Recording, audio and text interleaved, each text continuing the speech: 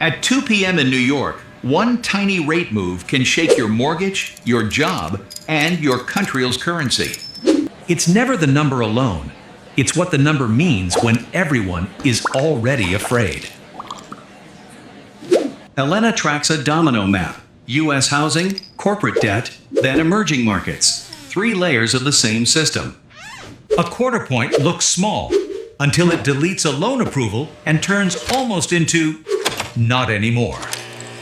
Her editor wants 2 neat paragraphs, but Elena can see the plumbing already rattling. Watch the gauges. Affordability tightens, refinancing costs jump, and the dollar strengthens, all from the same signal. He taught her. Ignore the headline, watch the plumbing. Debt is the piping, and rates are pressure.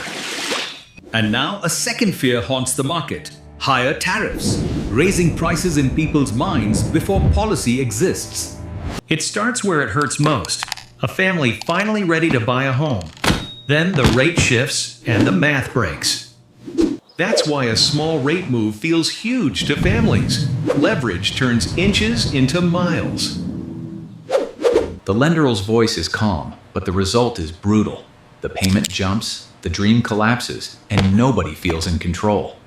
Housing is confidence. When confidence falls, spending thins, quietly, like oxygen leaving a room. Elena sees the chain reaction beginning. Fewer purchases, fewer renovations, fewer jobs, because credit got tighter. One paused order becomes a smaller shift, then a smaller paycheck, then less spending. Dominoes in slow motion. Second domino, corporate debt. Cheap loans from yesterday become expensive survival tests today. A company can look strong at 2% and fragile at 6%, without changing a single truck or worker. Can they pass costs on?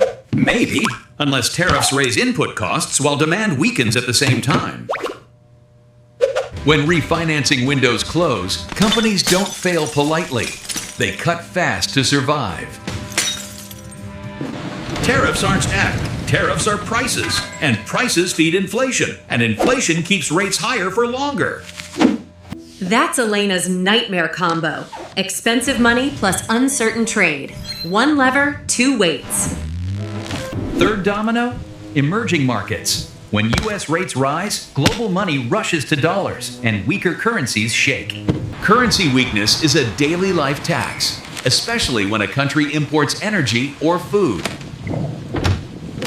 A stronger dollar makes imports pricier, inflation hotter, and policy choices harsher. Fast. Raise local rates to defend the currency and you crush growth. Hold back and you risk panic. Capital behaves like metal to a magnet. Higher U.S. yields pull money out, leaving stress behind. Tariff risk can create a loop. Higher costs, higher inflation, higher rates, tightening the same screws again. Here's the twist. The weapon isn't the move. It's the message markets hear about the future. Belief becomes math. If people expect higher for longer, borrowing costs climb everywhere before reality even changes. Tariff fear works like a shadow hike, forcing reroutes and pre-buying that push prices up early. Markets don't need certainty to move. They only need a shared fear and a reason to act first. That pressure hits groceries first, then wages, then expectations, making inflation harder to cool. Elena can explain it cleanly, but clean explanations are forgettable, and this is not a forgettable moment. When money gets expensive and trade gets uncertain, dominoes fall faster than people expect. They stop listening to noise and stare at numbers, because numbers decide more than opinions. They don't shout, they just redo the math and feel the future shrink by a few digits. Crises don't always explode. Sometimes they simply stop your plans from moving.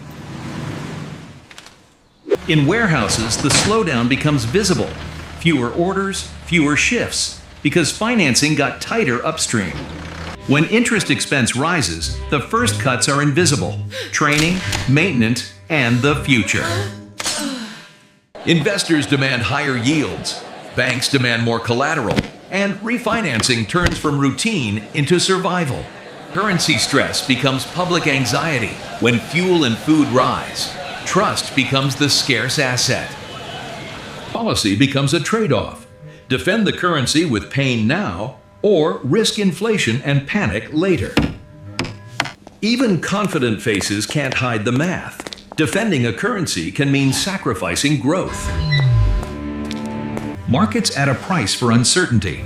Tariff risk inflates that price, making borrowing more expensive worldwide. Most people hear quarter point and shrug. Elena hears the future being repriced. And reactions can move faster than the decision. Fear spreads, and liquidity vanishes. When one channel clogs, stress reroutes. Markets find the weakest link and test it next. New York glows like confidence, even as pressure travels through mortgages, debt markets, and currencies.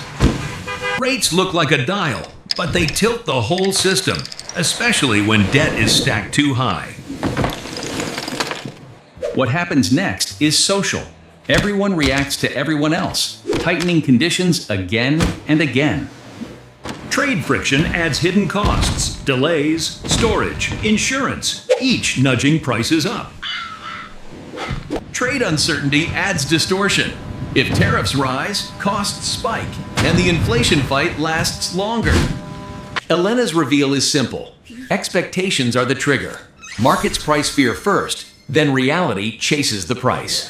The human cost is quiet. A dream put back in a drawer, not from laziness, just from tighter credit. The scariest part is timing. Dominoes can wobble for months, then fall in days. For companies, timing is the cliff. Debt rolls over, rates reset, and leverage becomes emergency. For emerging markets, imported inflation isn't theory. Your commute and groceries get more expensive. Most people don't see the chain. They just feel life get tighter and wonder why stability is slipping. When spreads widen, it's not only giants. Small businesses feel it first in harsher loan terms. Elena studied past crises. Cheap money builds debt, expensive money tests it, and fear accelerates the fall. It's not one decision. It's a system where small signals amplify through leverage. Standards tighten, collateral demands rise, and the world pays extra for uncertainty.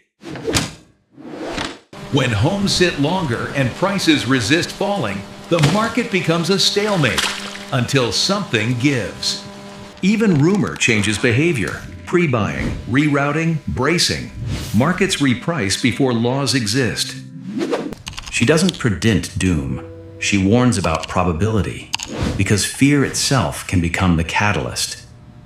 Liquidity disappears fast when people expect others to run. Markets move on anticipation.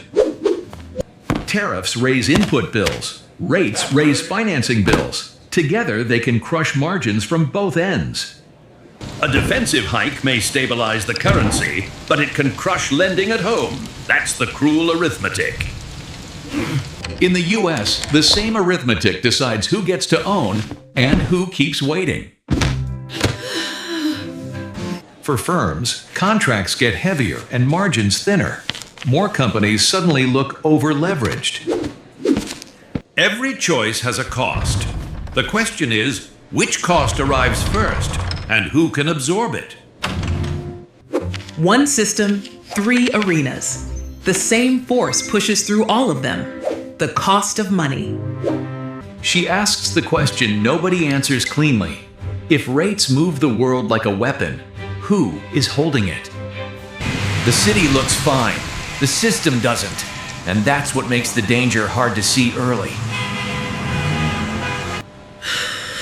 Elena's warning is not panic. It's perspective. In a connected system, shocks travel. The dominoes don't fall neatly in order. They vibrate together because stress travels instantly. Drop your thoughts in the comments, hit like, and subscribe to Economic 8-Bit so you don't miss the next global economic analysis.